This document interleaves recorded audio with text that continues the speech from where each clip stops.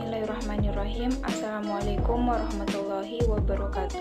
Perkenalkan, nama saya Ulandari, jurusan Sistem Informasi, NIM 60900122019 dari kelas A. Terima kasih atas kesempatannya. Di sini saya akan menjelaskan sedikit salah satu dari software, yaitu Linux. Yang pertama adalah pengertian Linux. Linux adalah sistem operasi yang menggunakan kernel Linux. Kernel sendiri adalah bagian terkecil dari sistem operasi yang bertugas untuk melakukan manajemen CPU, memori, dan perangkat-perangkat tambahan lainnya.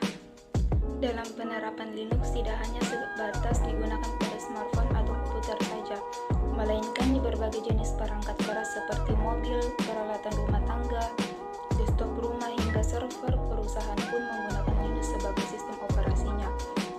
Selain itu, Linux dapat dikatakan sebagai salah satu sistem operasi yang paling handal. Kenapa? Karena aman dan bebas kekhawatiran. Jadi tidak mengherankan apabila sistem operasi Linux menjadi pilihan dalam menjalankan desktop, server, hingga sistem tertanam. Terlepas dari itu, umumnya sistem operasi Linux tidak disarankan untuk pengguna yang masih baru dalam menggunakan teknologi. Hal ini dikarenakan dalam pengoperasiannya membutuhkan keahlian yang cukup, mulai dari instalasi sistem hingga melakukan konfigurasi lainnya dengan Windows yang lebih mudah dioperasikan.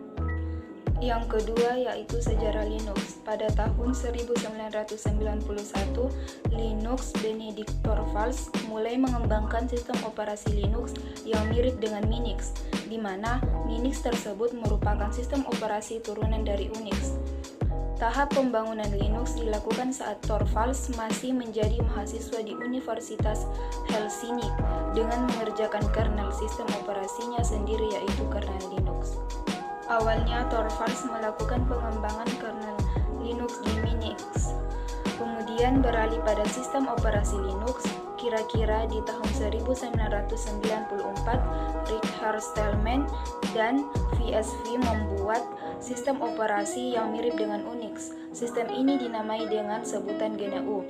Melihat keuntungan dari proyek GNU, akhirnya Linus menambahkan entitas GNU ke dalam kernel Linux untuk membuat sistem lengkap yang disebut dengan GNU Linux. Linux tumbuh dari tahun ke tahun karena upaya dari beberapa perkembangan. Saat ini sistem operasi Linux telah digunakan pada seluruh teknologi komputer, mulai dari sistem tertanam hingga superkomputer. Distribusi Linux pun juga demikian menjadi semakin populer. Dengan banyaknya perangkat yang terpasang, puncak keberhasilan dipasarkan konsumen adalah perangkat seluler, di mana Android menjadi salah satu sistem operasi yang paling mendominasi di smartphone hingga tablet. Yang ketiga yaitu fungsi Linux. Kita sudah mengetahui kalau Linux itu adalah sebuah sistem operasi sama halnya dengan Windows. Bedanya adalah Linux beri lisensi free dan open source, sehingga bebas untuk dikembangkan, didistribusikan, dan gratis digunakan tanpa harus mengeluarkan uang sebesar pun. Dari awal penciptanya, Linux lebih fokus digunakan untuk membuat infrastruktur, mulai dari infrastruktur jaringan internet, keamanan, hingga infrastruktur IT dan mesin industri. Yang terakhir yaitu kelebihan dan kekurangan Linux. Adapun kelebihan Linux, lisensi gratis, menggunakan kode 32 bit, tingkat keamanan tinggi, tampilan grafis yang bagus, pseudocode bisa dimodifikasi, pilihan komputer server yang cocok, dan lebih ringan saat dijalankan.